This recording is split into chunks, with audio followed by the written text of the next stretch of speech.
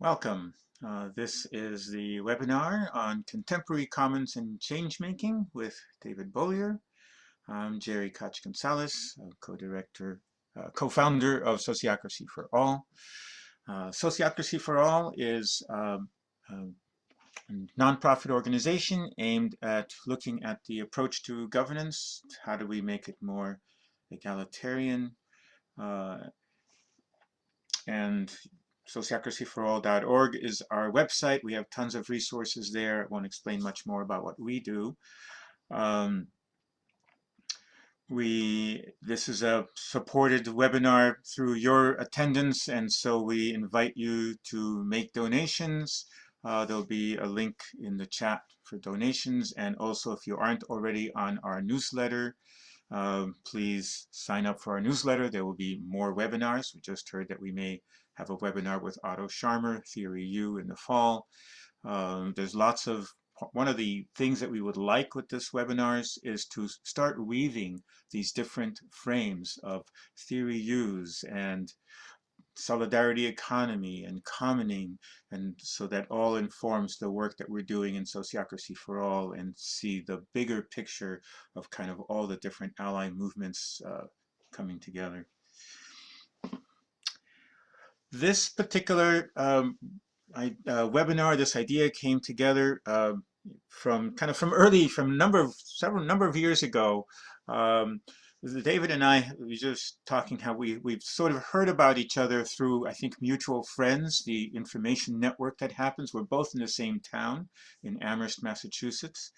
Ted and I, a friend of mine, Jenny Ladd, sort of told me about Ostrom principles and commons. And then Ted and I took a car trip with Scott Reed to a New Economy Coalition gathering. And there we heard about the Ostrom principles. And by the time we came back from our trip, we had half written an article on the relationship between sociocracy and the Ostrom principles. So then meeting David just kind of confirmed more. It's like, wow, this is so interconnected, these two frames of sociocracy and commoning. Wanting wanting sociocracy in a sense, isn't that the governance framework for commons? Wouldn't it be perfect? Wouldn't it be a perfect fit? So we have been kind of in contact off and on over the last few years. Um, David has published a number of books, of which I only have a few, but Wealth of the Commons, this book is 10 years old. Just realized this. So it's 10 years of this, and this, I don't know how much before you were wrote, but then, these are the three ones that I have. Patterns of Commoning, which has got lots of different stories in it. And then the latest one, this last year's book, The Commoner's Catalog for Changemaking. And so, just thinking about commons not just as an interesting abstract idea of ownership, but as also a process of social change. What else do I want to say here? Oh, I just want to put a plug in for David's podcast, Frontiers of Commoning. I've listened to most of the podcasts in there. We were podcast number 4. And if you want to understand Sociocracy for All through David's eyes of questioning, I thought it was a really wonderful podcast. So go there. Okay, and what's going to happen in this session is I'm going to turn it over to David in a moment, and he will do a presentation. After the presentation, David and I will just continue from the presentation, just having a dialogue, a conversation between the two of us. Then we'll do a breakout so that everybody gets a chance to talk to each other for a few minutes before coming back and doing a more extensive Q&A, comments that people want to make. And then we'll wrap. So that's the plan. So here is David. He's the director of Reinventing the Commons program at the Schumacher Center for New Economics. He's an activist, independent scholar, author of some of these books that I just mentioned. And with that, David, you can. Well, thank you for having me. I really appreciate the chance to share my ideas about the commons and the overlaps and synergies between sociocracy and the commons. let me briefly introduce myself a little bit more, and then I will put some slides up just to help glide through a lot of different themes, because I want to cover a lot of ground in a short period of time. And then we can have some questions and follow up with that, because I find the topic has so many dimensions that it's hard to cover them all at once. But I hope this will be a nice introduction to it. I should just say that I've been you might say, an activist, a scholar, strategist, author on the Commons for about 20 years now. And I came out of the Washington policy activist world, especially with Ralph Nader. And I've never quite been able to get into the academic perspective of it all, because so often that's not as practitioner driven or based on actual commons, even though there is significant important work there. I fell in with an international network of commons project leaders and activists, and worked a lot with Europeans in particular, where I found that it was more nourishing to me than I could find in a lot of places here in the US. So with that, let me just get into my slides and sort of lay out some of the basics of the commons, and we can get into the more subtle dimensions of it in the question and answer. Let me share my screen. I work with the Schumacher Center for New Economics, and they're very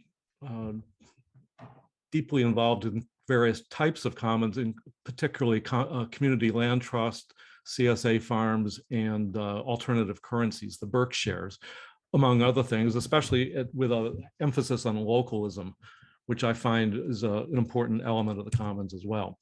But let me just start with the general proposition and question that I think we need to confront is, can the commons help us to imagine new pathways for growing a new world? And I obviously think the answer is yes, but how that happens, in what realms, with what different logic and ethic and practices, that's the real question to discuss.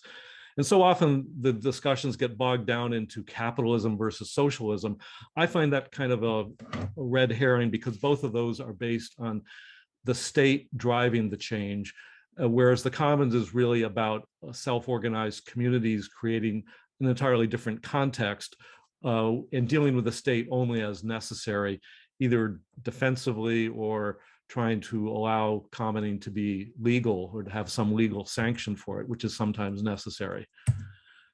And the commons is often misunderstood because the state and the market are seen as the only significant forces of power or production. And the commons is just seen as a medieval relic of no particular relevance for modern times. And I think it's misunderstood and invisible. Although interesting, just yesterday I saw there was a major article in the New Yorker on land and commons, which goes into the history of it. I really, from my brief review of it, I really recommend it. It's a solid piece. Part of the problem of the commons has been the misunderstanding that Garrett Hardin put forward in his 1968 essay in Science Journal called The Tragedy of the Commons. And everybody, of course, has heard of this idea that if you have a shared piece of land, no individual farmer will have the rational incentive to hold back, and therefore everybody will overgraze and overexploit and ruin the commons, the so-called tragedy. Well, this was basically a non-empirical parable, which astonishingly for a science magazine journal was not based on a lot of empirical evidence. And one historian and commentator of the commons, Lewis Hyde, says it's really about the tragedy of unmanaged, laissez-faire common pool resources with easy access for non-communicating, self-interested individuals. In other words, a lot of buried premises in the idea of the commons, which really is more accurately describing the market, the tragedy of the market, because a commons is not a free-for-all, it's not an open access regime, it's a bounded community with rules and certain boundaries around the resources and community itself, with punishment for transgressors of the rules and so forth. And so a lot of us have had to overcome this popular misconception about the commons that Hardin's essay has propagated, along with economists and politicians who like to make the point that shared resources will always fail, and so you need private property and markets, and maybe as a last resort, the government. So this is the burden we have to overcome.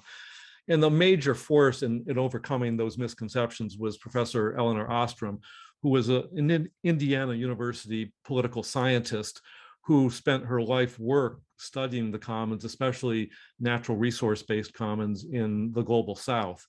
And this book, Governing the Commons, was one of her major books in 1990. She won the Nobel Prize in Economics in 2009 for her work, essentially showing that cooperative behavior of communities can be entirely sustainable and not a so-called tragedy, and that it can be economically consequential, which of course runs against the premises of Homo economicus and self-interested individuals being the only driver of economics. I think that her winning the award was significant in 2009. One, it was coming on the heels of the 2008 financial crisis, and they wanted a different type of economist to showcase. And she was the first woman to win. And I think that had something to do with her being more attuned to relationality within economic life, which most economists, male economists, ignore. Now, it's important to understand that a commons is not just a resource, even though it has that tradition within economics. It's a social, self-organized social system. So it consists of a community, a resource that's shared, and the social norms and practices and protocols and rituals and traditions and other things by which that community uses the resource in limited ways. So it's more than just a general sharing and cooperation. It's arguably, more than arguably, it is a social institution that is often ignored. And as I've come to see it, relationality is what counts within a commons, about how people relate to each other, how they relate to their so-called resources, how they relate to the earth as a living system. And I think this requires us to reconsider how we view the world and to get out of the economistic paradigm that we tend to default to in talking about things. And I take some guidance from people like Thomas Berry, who says the universe is a community of subjects, not a collection of objects. Well, of course, economics sees the world as a collection of objects in private property rights held by isolated individuals, which move around through transactions called economics. But, you know, seeing it this way, you start to see the commons as a living system, which is very different from a market. And similarly, another key little phrase that resonates with me from Andreas Weber, an eco-philosopher: science and economics are unwilling to acknowledge creative aliveness as an ontological foundation of reality. And he's you might say, a dissenting biologist who doesn't regard living systems as machines with mechanical processes, but more as dynamic living systems with creative aliveness. So there's a symbiotic relationship and cooperation within commons that creates value. And this is kind of counterintuitive to people steeped in capitalist modernity, that you can actually have something that's generative and creating value outside of markets and state hierarchies. So you have to realize we're starting to enter into a different worldview with a different ethos, a different operational logic than we're accustomed to in the modern world. Now, the commons is often thought of as an ideology, and I like to think that it's really a more open-ended evolutionary process that's based on bottom-up experimentation. It's not an ism where there's a standard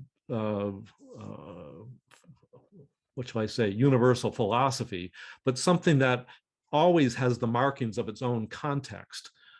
So that a community forest in North America will be very different from a community forest in Africa or India or Eastern Europe, but they will socially have many similar dynamics, but they will also have the markings of their geography, their culture, their traditions, and other idiosyncratic things of their place. And that's what I think distinguishes it from a lot of universalistic type philosophies. And it helps also to see that the commons is really an activity and not a thing. As historian Peter Linebaugh has said, there's no commons without commoning. So it's the activities and practices that are paramount. And it's hard to sort of express those in some universal grid. They take on very many different inflections depending upon where it happens. In a related way, we need to see that the value created by these living systems is mostly invisible to the standard economics and state power. As you can see from the top of the iceberg, this is an image that the Community Economies Research Network has developed, and which is kind of the core of their work.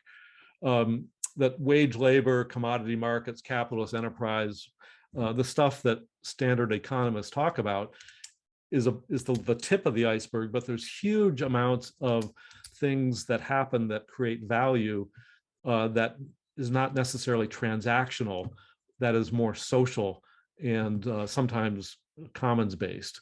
And it's important to understand that because it opens up a whole wealth of fruitful activity that the standard analyses miss. Oops, hold on, why am I? So let me give a brief tour of the commons verse we need some examples to get things going. First of all, it's helpful to understand that really an estimated 2 billion people historically and now depend upon commons for their everyday livelihoods. Subsistence is often denigrated as survival or barely getting by, and sometimes that is the case. But really, what it is more important to mean is that it's a household. It's serving households in ways that are not directly market driven. So forestries, fisheries, farmland, irrigation water, pastures, wild game, all of which are arguably more stable and ecologically benign than the standard development models for agriculture with its monoculture and pesticides and so forth. And this is happening not just in the global South, but more recently in the North America, Europe, lots of local food sovereignty movements, as indicated by some of these particular types of permaculture, agroecology, and so forth. So it's an attempt to reintegrate, relocalize how food production occurs and have the culture of people be part of that. The city as a commons is a growing phenomenon, especially in Europe, where getting tired of absentee investors and Airbnb and Uber driving the future of cities. A lot of people are saying we need to create these alternatives for direct citizen control without the state simply acting in collusion with the corporate and investment world. Alternative currencies is a growing field. Some of it has been eclipsed by the reputation of Bitcoin, but there's all sorts of community embedded, locally driven currencies. I work with the Schumacher Center, as I mentioned. The Berkshires in the upper right corner here is a very robust phenomena in Western Massachusetts. They've recently moved to a blockchain-based digital version of it that can work on smartphones. Blockchain, not in the sense of a capitalist speculative currency like Bitcoin, but blockchain as an efficient way for clearing transactions in a trustworthy way. The web, while social media like Facebook and Twitter and Google and so forth get a lot of the visibility as major corporations, the web is really a hosting infrastructure for all sorts of commons, whether they go by that name or not. We know a lot of these through the open source software revolution of Linux and some of the software programs used to drive the internet itself, and things like OpenOffice and LibreOffice and others. This is sort of a major modern phenomena that helped revive the idea of the commons as a different form of meeting needs outside of the market and state. And one facilitating tool in this has been the Creative Commons licenses that authorize legal sharing of content. Without them, copyright law dictates that everything is born as private property, and there's no convenient or easy way to legally share things except by hiring an attorney. or waiting a lifetime and plus 70 years for something to so-called fall into the public domain. So this was like a huge major innovation about 20 years ago to make sharing of content of whatever sort, if you're the copyright holder, to make sharing easier and a default. There's been outgrowths of this idea, you might say second generations of both open source and the Creative Commons ethic, cosmo-local production, where design and knowledge is shared among global communities, and then you can have local production of physical things like farm equipment that FarmHack and Open Source Ecology has been doing. Wikispeed Car and other types of vehicles have used these principles. Arduino is a set of electronic circuit boards that, while they are sold under a trademark, the designs themselves are entirely shareable. And Fab Lab, I have mentioned Fab Labs because they're kind of an international phenomena that helps drive a lot of this sharing and co-learning about innovation in tech. And I should point out there's no master inventory of commons. Commons can arise anywhere when a group of people decide they want to manage their shared resource with an accent on fairness, inclusion, participation, making their own rules, and being beneficiaries of that work. So there's HowlRound Theater Commons in Boston, which is non-commercial theater, and internationally they help coordinate sharing and convenings of that. There's the Open Source Seed Initiative to try to prevent seeds from being just propertized the way Big Ag is doing, and to make it shareable. There's in Peru this vast biodiversity of potatoes, which again, the corporate world is trying to would love to take that genetic information. There's a potato park that allows the indigenous peoples to control that and prevent it from being patented and appropriated by first world corporations. And I'll just mention Guifinet in Catalonia. There's actually a region-wide Wi-Fi system that's run as a commons, not as a corporate telecom affair. I tried to collect sort of a lot of the more provocative, interesting, and proven examples of commons in my Commoners Catalog for Changemaking, which came out about 5 or 6 months ago. It was based on the Whole Earth catalog format and sensibility. I wanted to sort of have short snippets to show how diverse the commons is in one swoop, and something that my mother could understand, and as opposed to a more academic treatment of something. So we come down to a question of, well, how do these commons work? And I found that while the Ostrom literature has a lot of deep academic insight, some of it deals with it as economic resource management as opposed to a social system. And my co-author Silke Helfrich and I, in this book, Free, Fair, and Alive, which came out in 2019, we wanted to approach the commons as a social system and identify what we called patterns of commoning. And we used the idea of patterns of commoning from Christopher Alexander, who some of you may know as the inventor of the methodology known as pattern language. He was a spiritually inclined urban planner and architect who said, why do certain patterns of urban spaces and buildings persist over history and across cultures?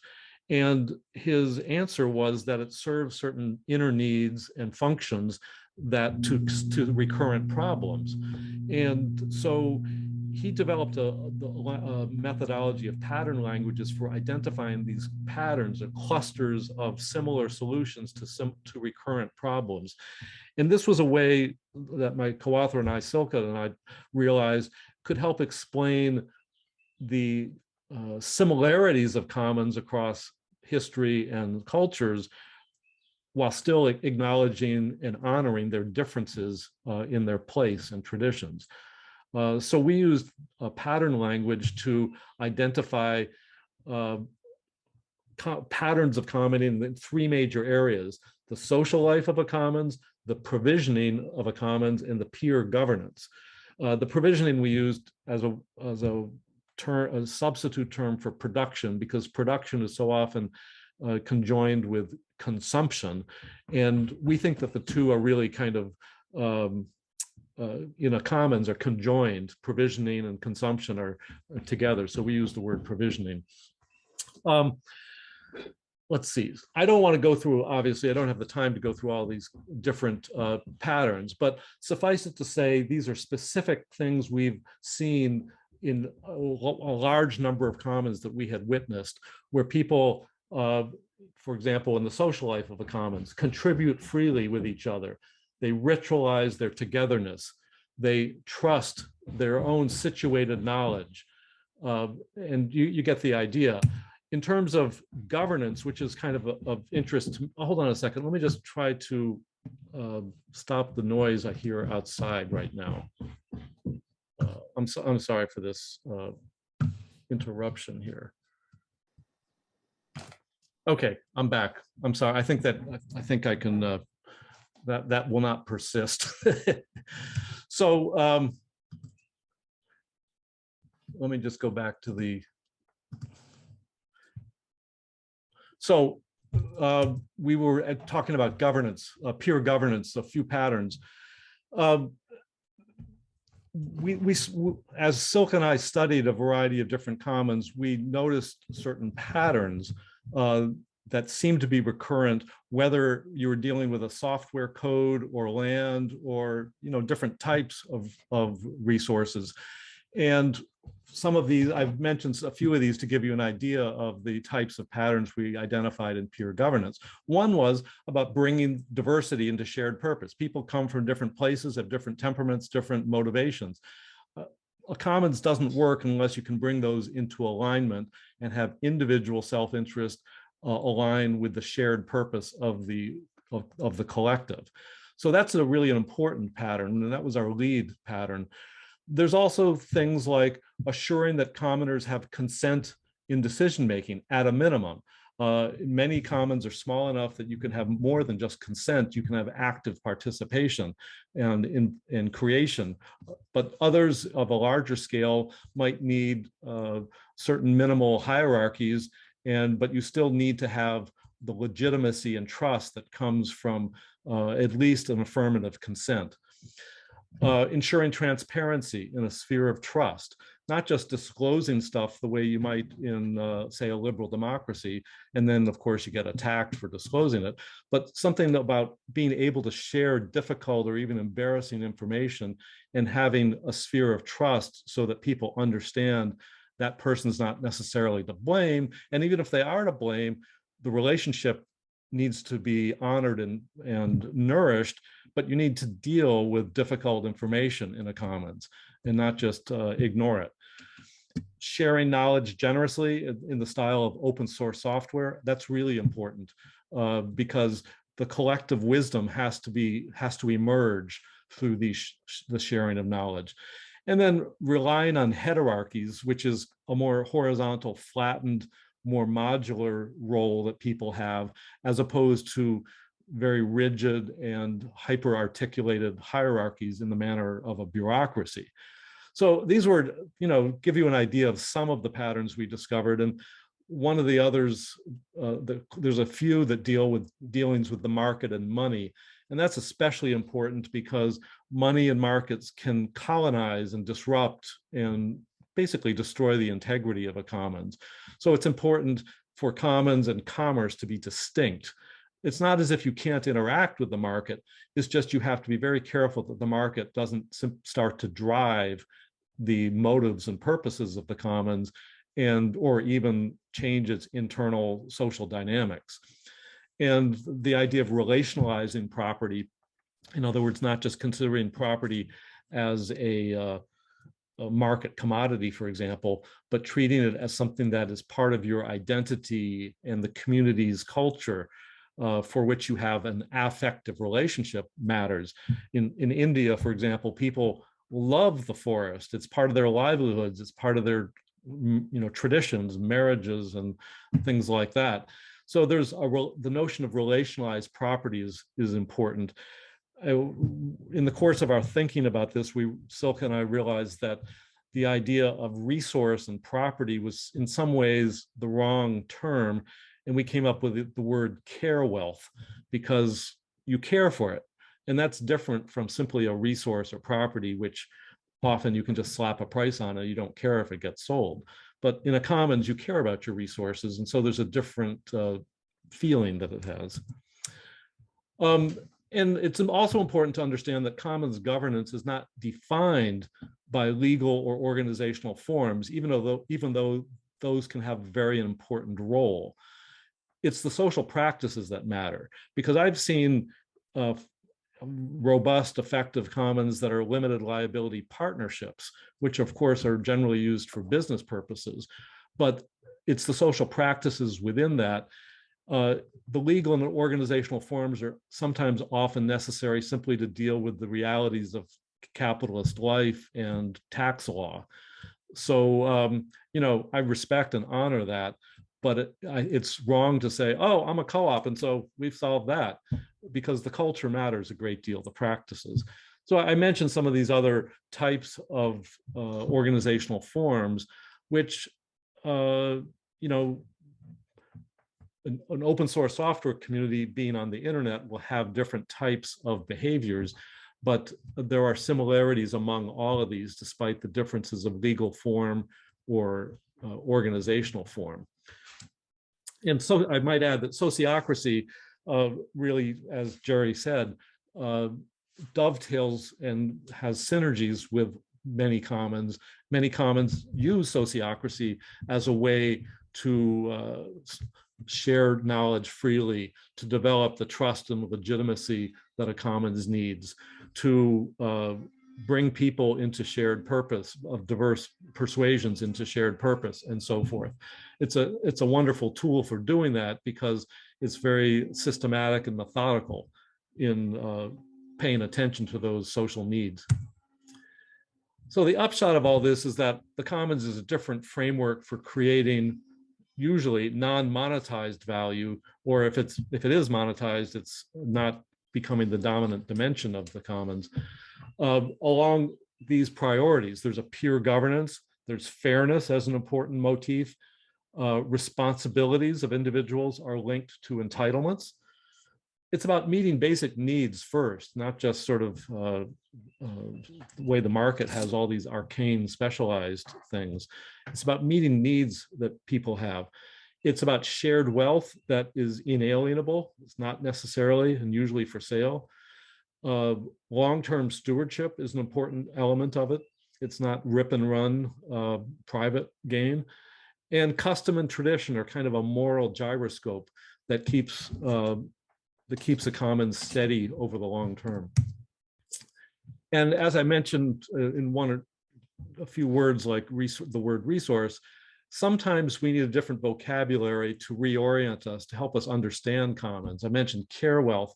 We came up with the word nested I to point to the fact that we're not just individuals, we're nested within communities which affect how we behave. And the point is not to deny individuality, but more to align it and align it with collective needs and interests as well. Ubuntu rationality, we found the idea of economic rationality absurd or antisocial.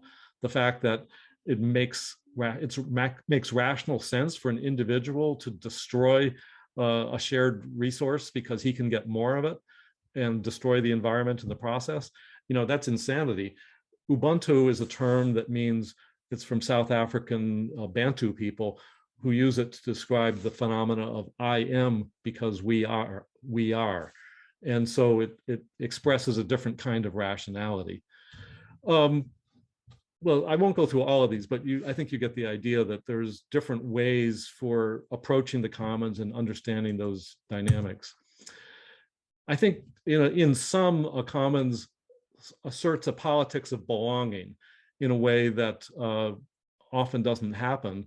And I think arguably is one of the crises of liberal democracy and market capitalism today, which of course you don't belong unless you have money to have consumer demand. It's about an economics of sufficiency, so it doesn't require endless growth. and therefore it tends to be more benign in its use of various ecological resources. And it's a culture that tries to decommodify, lessen its dependence on markets, and encourage as much sharing and collaboration among co-participants as possible. So for me, the Commonsverse represents a resilient parallel economy that sometimes intersects with the mainstream economy, sometimes has to have its workarounds and hacks to be compatible, or at least not be destroyed by the mainstream economy. But it has this different ethic of things like its richer collective wisdom, power is distributed, it's got dense social and ecological relationships, it's got more trustworthy feedback loops, so it's basically internalizing what markets would otherwise externalize. It has preemptive protections against enclosure, meaning the commodification and privatization of its shared wealth. And it's talking about long-term holistic value as opposed to short-term, narrow microeconomic value. And a lot of people say to me, well, how do commons scale? And I think the answer should be reframed as the next big thing will be a lot of small things, and how will those small things horizontally interconnect and collaborate? The phrase that Silke and I have often used was emulate and federate. Keep the appropriate scale of commons projects, but emulate them elsewhere and then federate them the way we see all sorts of digital commons communities doing, from open science to open source software to open educational resources. They're all dispersed geographically and have their own quasi-autonomy, but they also federate and help each other. And I think that really is going to be the pattern for the commons growing in the future. But what we need more of are the infrastructures of finance, of partnerships with the state, of law and others, to make commoning less of a heroic historical accident or simply an indigenous traditional phenomena, to make it more normal and easy for people to create commons, just the way markets have tons of state support to make them function.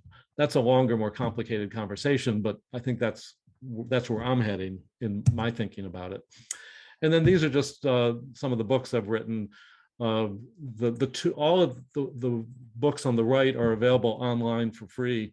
If you do a search for them, there's a book page, so the contents can be viewed online. And with that, I will let Jerry or others moderate a conversation, and we can have a discussion about some of these things, or I can try to answer some of the questions you might have. Let me just stop sharing the screen here. Hold on a second. Done. Oh, you already did that. Great. Thank you. All right. Well, we'll start just, David, you and I can have a bit of a chat, and then we'll go into the breakout so that people can just reflect with each other and come up with questions or commentary they want to make based upon what you've been presenting. One thought, just as I hear you speaking, I'm thinking about the world we live in now, and that the centralization is happening at a rapid pace, as well as decentralization.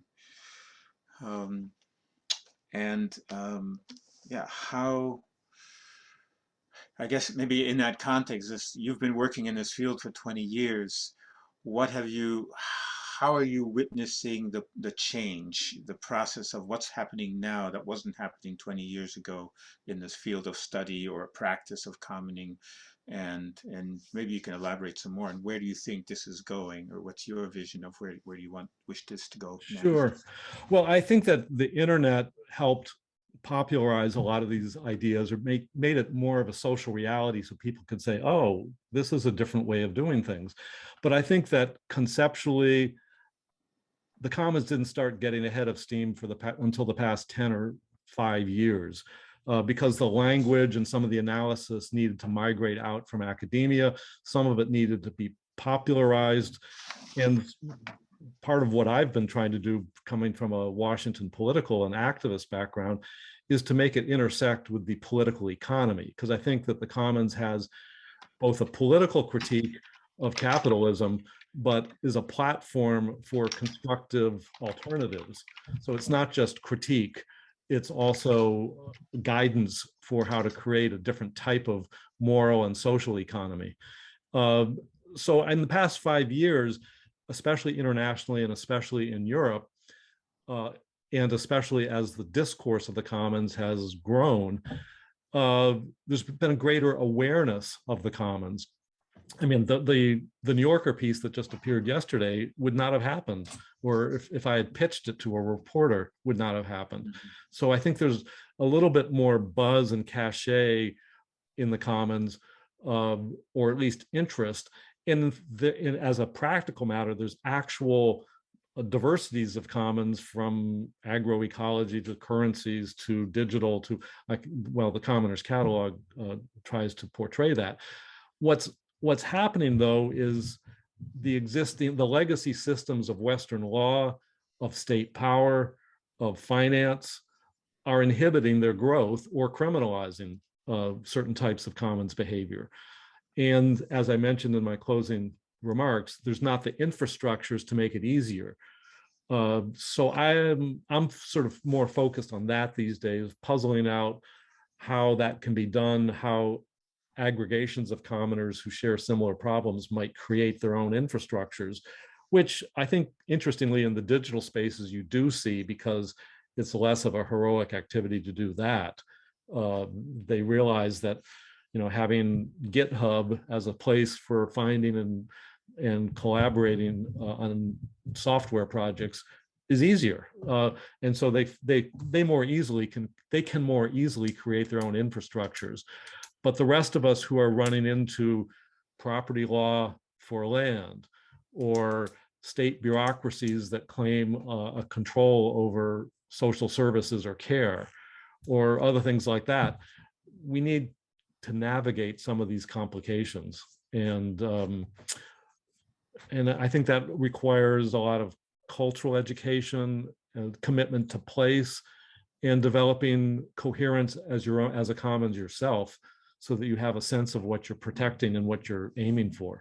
And this is this is a frontier of the commons world these days, so it's not easily encapsulated. And in fact, there's a lot of answers that I don't have yet. I'm exploring this area a lot. I share the concerns. Sometimes I talk about trying to make sociocracy safe within the legal world, because, you know, the kind of shared ownership, which sociocracy is, you know, is about how do we manage, you know, our organizations without all the structures of the state that demand property ownership, privatization. And I might add, there's people like Janelle Orsi, the Sustainable Economies Law Center in Oakland, which are fantastic working attorneys trying to craft ingenious cooperative and commons-based legal structures. So I just cite them both for themselves, as well as the example of the kind of legal hacks we need to do to make the world safe for sociocracy and other types of cooperative activity. Yeah. I find myself writing bylaws to try to, you know, create and insert sociocratic practice and frames within the legal systems and make that more possible. Mm-hmm. One of the things I was listening to as you were talking about the commoning was language, and just thinking about the social change shift of shifting language. You know, the coming up with new words to describe things that will capture perhaps the meaning and capture people's imagination, or inspire people's imagination to think differently. Just wondering if you want to say anything more about kind of the linguistics of the language. Yeah, in the course of writing Free, Fair, and Alive, Silke and I realized at a certain point that we were captives to economic discourse, in that I was joking on the word resource.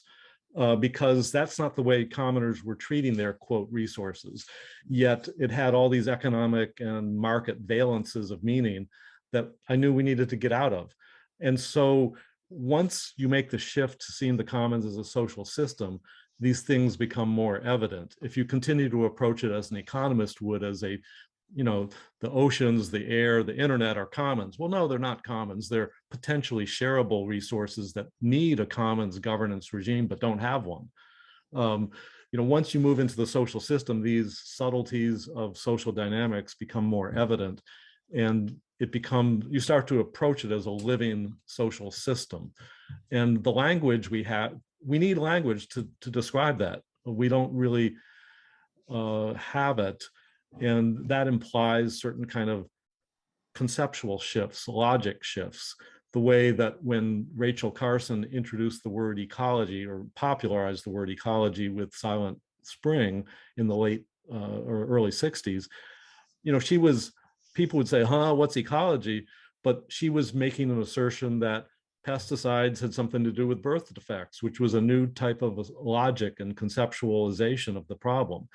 So people have said to me, well, why don't you just talk about the common good or the public interest? Well, because the commons is trying to articulate this analysis and framework in ways that those words simply don't do. So, I understand there's risks in introducing new terms that people might find too crazy or unfamiliar.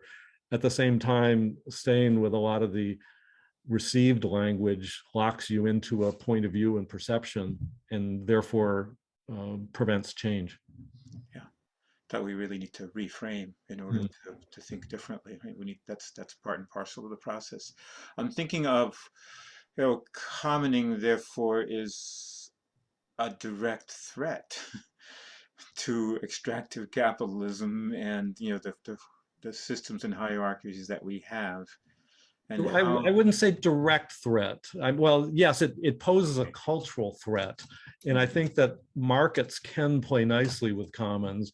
Capitalist markets probably can't play nicely with commons, because capitalist markets like to appropriate for free or at discounts collude with the state to take our shared wealth. So yes, to that extent, I wouldn't say direct, but over the long term, yeah, it proposes a different way of doing things, which is why, open source software in its infancy was denounced as communistic by Microsoft, because they understood the threat to their business model. And the idea of sharing code that was collaboratively produced and high quality was a profound challenge to their business model. So yeah, there are threats. I don't want to deny that. At the same time, it's not a frontal attack, because that's destined to fail. So, have you seen, this will be my last question, then we'll go to groups, government having been directly attacking commons or supporting commons? well, attacking, yes, that's the tradition. That's the history of capitalism. Yeah. Is government acting as an agent for capital to enclose the commons. The English enclosure movement was a collaboration between Parliament and the landed gentry and aristocrats to enclose the commons. And the destruction of the Indians, the genocide of the Indians and the taking of their land and converting them into individual citizens and property owners was precisely about dismantling their shared wealth and commons. What's more interesting to me is that what's more interesting now is that there are certain city governments, especially in Europe, that are entertaining the idea of the commons having a productive role, especially as their own budgets and legitimacy and effectiveness declines. And they sort of see, oh, maybe we could work something out. Maybe we can have partnerships. The city of Barcelona is really in the vanguard of this, because they have a kind of radical collectivist tradition, despite being a major world city, the Catalonia. But places like Amsterdam and certain Italian cities, and then other smaller mid-sized cities, there's experimentation and a serious look-see about how the city governments might enter into collaborative partnerships with commoners. And I say, why not? The state, at least at the national level, charters corporations as a collective for shared purposes of making money. Why can't it charter commons to meet shared purposes for the public good? The biggest difference, of course, is they don't generate tax money for the state. And so, of course, the state prefers market activity. So there's political issues to be worked out there. But at the national or international level, I don't see that as a viable proposition right now, because the capital and the state are too deeply allied around the progress and economic growth vision for the world. So go ahead and start writing as you wish, and I'll see if I can. The first one that I saw here is from Isabel Sawyer. And to be honest, I'm reading the question and not quite fully understanding what you're trying to express here. So if you're here, why don't you? Well, I can sort of maybe read between the lines, in which I think that value in a commons is not the way capitalist economics would regard value, meaning if it has a price, it's valuable. And part of the purpose of a commons is to protect that value, despite it not being a market or a corporation. So I guess what you may be pointing to is how we talk about value and how we protect it. And I think that's what is at the core of a commons. And Isabel, if you're here, does that respond to what you were raising? Yes, thank you very much. But I saw in your diapo the world beyond human in the commons, something like that.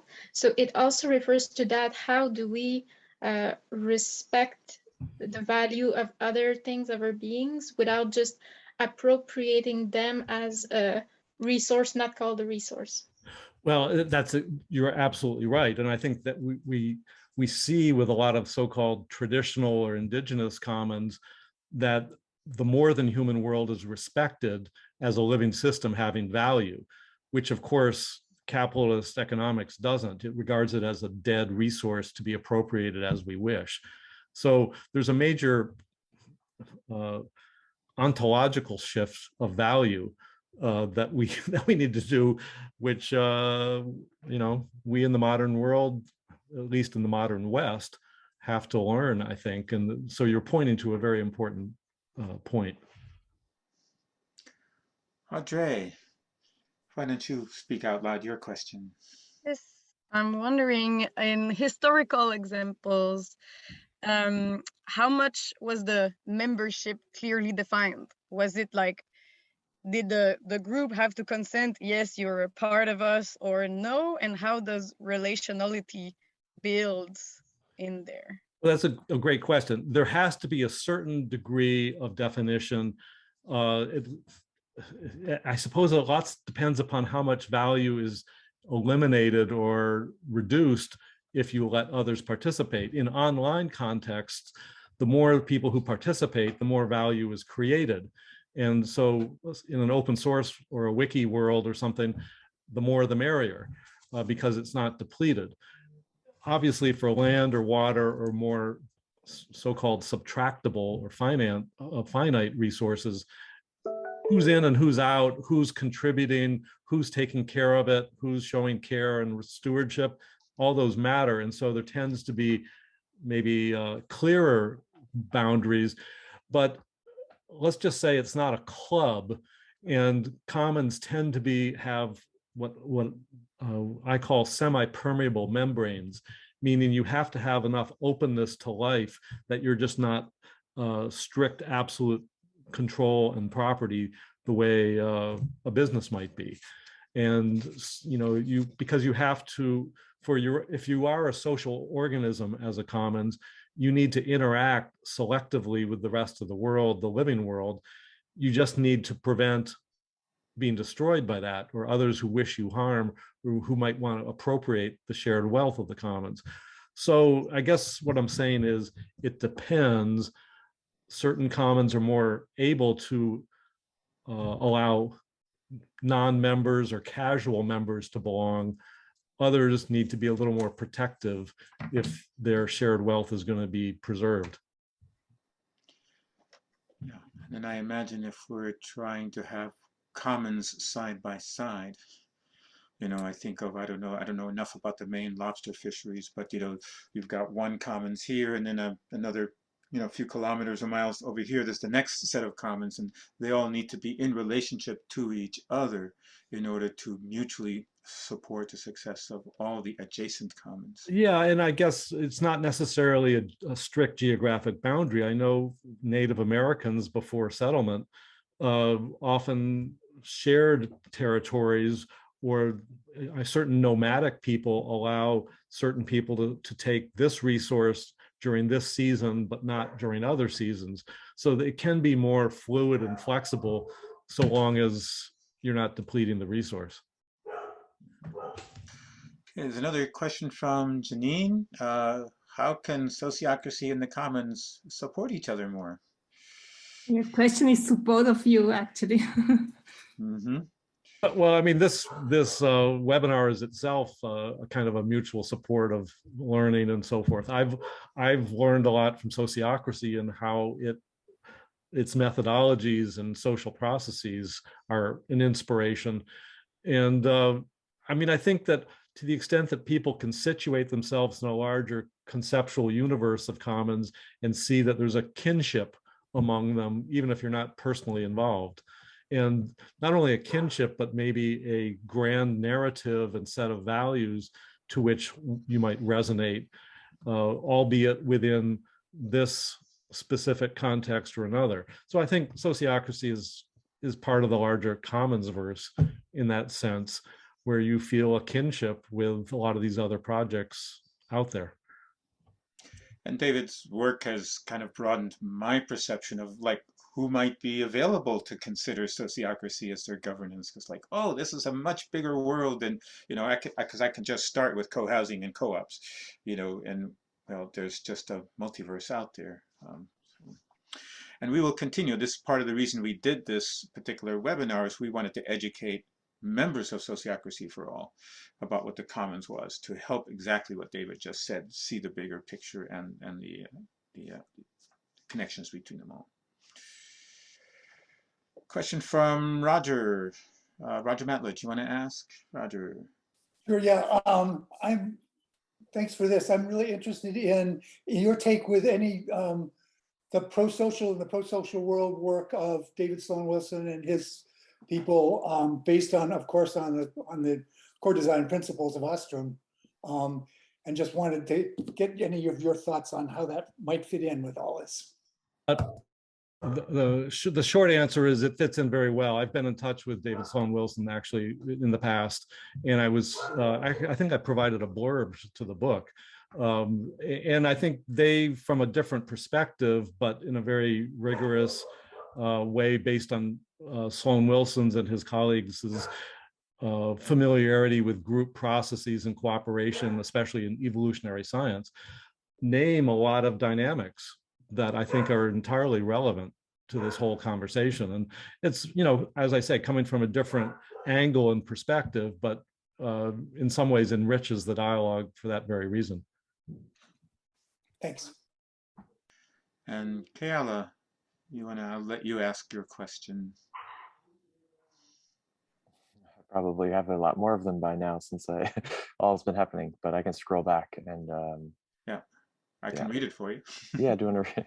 How can we recreate pathways for commons pattern experience that are easier for people to choose, rather than the current situation wherein there is a double bind of capitalist economics?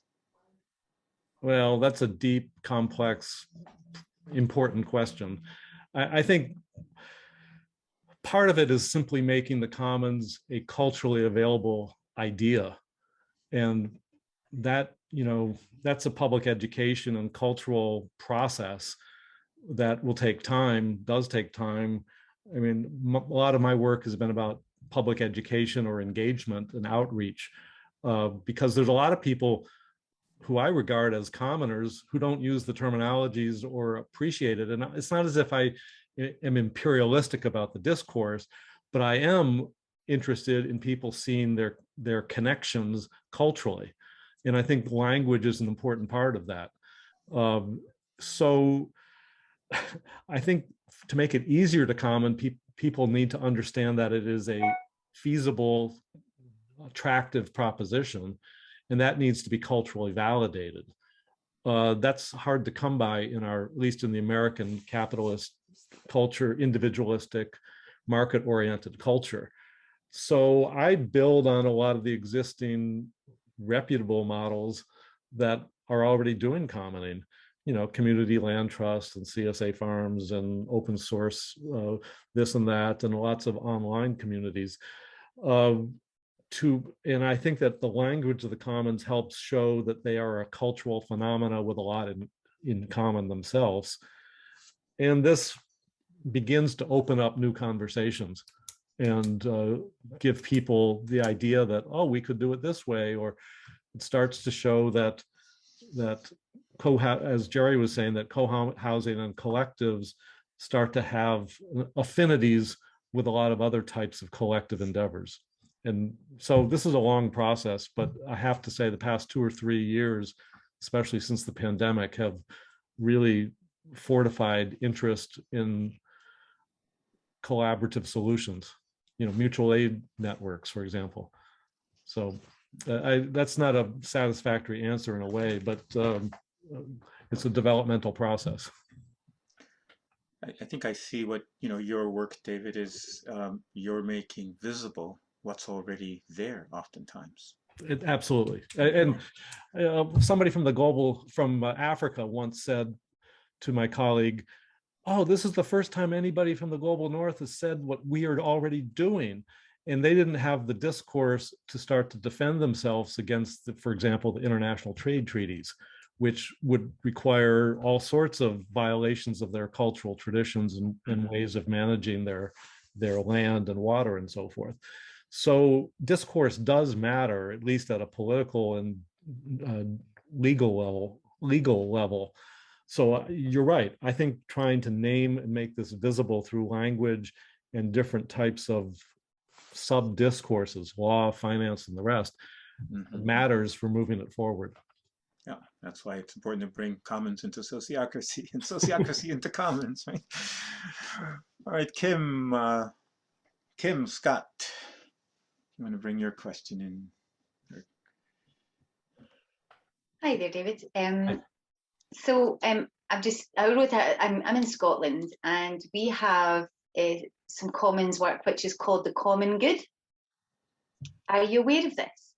Is it the Economics for the Common Good movement or project? Kind of.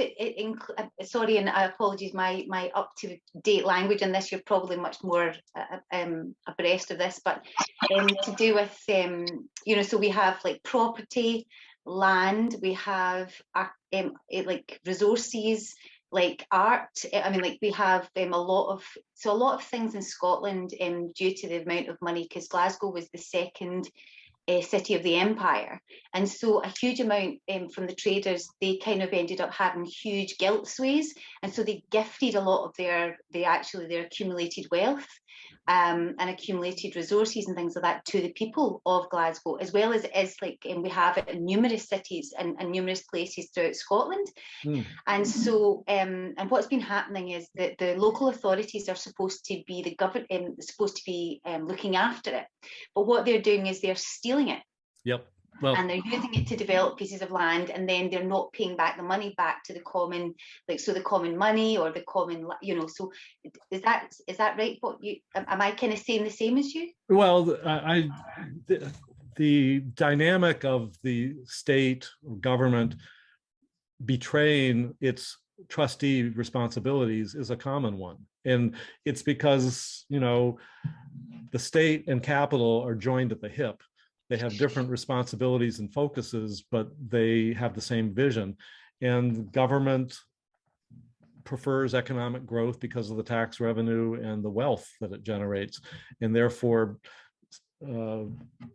cashing in the common good, the common wealth, is seen as a way to further the ends of both. This happens all over all the time. It's the tragedy of enclosure, which is a barely mentioned aspect of capitalism because they call it progress. So I think I see the commons as more of a bottom-up effort to protect shared wealth that the state is not managing properly or indeed giving away to its cronies. It's yeah, but it's always the invoice, isn't it? But so kind of like the point that I was trying to get to, apologies, I just had to make sure that I was talking because I didn't want to be bringing in a totally abstract thing as well. Was just, I would like to utilize some of this, and part of what I'm finding difficult is trying to understand the legal stuff. Is there anything you would recommend to help with trying to get some of that legal understanding, or anybody I could get in touch with? Or well, it varies from country to country, so I don't want to speak too broadly. Here in the US and certain Western countries, there's the public trust doctrine, which affirmatively prohibits the government from giving away shared wealth. However, the way courts interpret that is highly variable, so it's not necessarily a strong bulwark, but it is, at least has been around for centuries. So it is a legal doctrine. But beyond that, there's all sorts of things that the state can justify its taking of commonwealth, because it often uses the standard economic analysis that says, oh, we're going to promote growth, we're going to promote market activity, and this is beneficial for the common good. So of course we should do that. But I think we're seeing the end result of that writ large in climate change, where the externalization of all these costs and market activity are destroying the environment or dispossessing people of things they need to survive. I mean, that's what the English enclosure movement was about, and the clearing of the Scottish Highlands was all about. So the challenge is how we prevent enclosure from happening in the first place, and how the commons becomes hardy enough through law, technology, social norms to prevent enclosure from happening. But I'm not sure if that's speaking to your concern, but that's part of the creative challenge we have. Cool. Well, I look forward to looking a wee bit more and seeing come back for this. Hopefully we'll have a second session. Thank you for your time. Mm-hmm.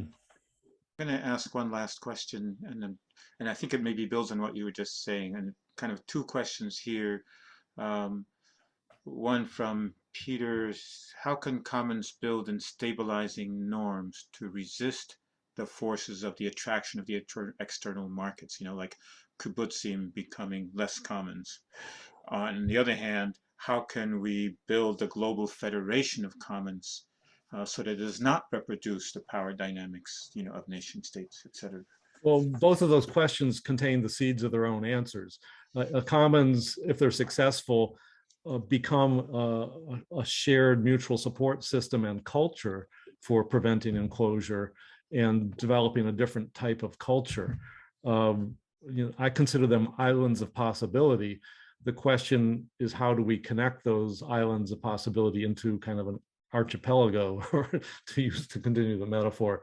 And I think the federations, I think, are the chief vehicle for making this horizontally expand. It's not going to have some centralized headquarters or NGO that's driving it. I think it's going to be a very loosely jointed horizontal connectivity, the way we see the digital spaces have expanded that way internationally, as kind of networks of mutual support. But that begs the question a little bit of, how do we support this? Where's the money come from? What vehicles? That's, again, a creative challenge, but I think of something like I just encountered recently, or I did a podcast episode on the group called Open Collective, which is this infrastructure website that does the back-end financial, tax, compliance, and other administrative stuff for small collectives and mutual aid groups. You could be a very small group. And the fact that there's somebody that can take care of stuff that you otherwise have to take care of legally in terms of taxes and the rest is a way to make it easier and for that horizontal connection to work better. So I think we need those kinds of enabling infrastructures to allow federations to work more. Philanthropy should step up and support that kind of connective tissue and infrastructure so that people can federate more easily and see that it's in their interest. I think the whole relocalization movement needs translocal connections so that they can see that they're not so unique and that they could maybe help each other develop stronger local visions for themselves. So, you know, I don't have a clean answer because this is really at the frontier of where the commons world is going right now. Yes. Step by step, many little steps, you know, just as the example that you just gave about Open Collective Europe, actually that Sociocracy for All hopes to use that mechanism to have more of a footprint in Europe without having to create our own entity, which would be Precisely. expensive and complex. So there's the synergies. We have come to the end of our time here. And thank you very much, David. It's obvious from the interest that we have here. We had no idea how many people would sign up for this webinar, more than we expected, which is a good sign. That means this is a rich topic. Many more questions than we have been able to get to. So I will certainly save the chat. I don't know how much attention David will have to look at it, but we'll certainly, Ted and I from Sociocracy for All side will take a look and see if there's ways that we can respond to that or invite David to respond to some of those. So with that, thank you. And for those of you who are members of Sociocracy for All, and I don't know, Ted, how you want to handle this, whether we're going to go to a breakout room or stay here, but we're going to have a bit more conversation. This is one of the perks of being a member of Sociocracy for All. So you get to hang out with David and have a more in-depth conversation. Well, thank you all. I've enjoyed the conversation. Thank you. Thank you all. You can all wave goodbye and unmute. Many thanks. Thank you. Many thanks.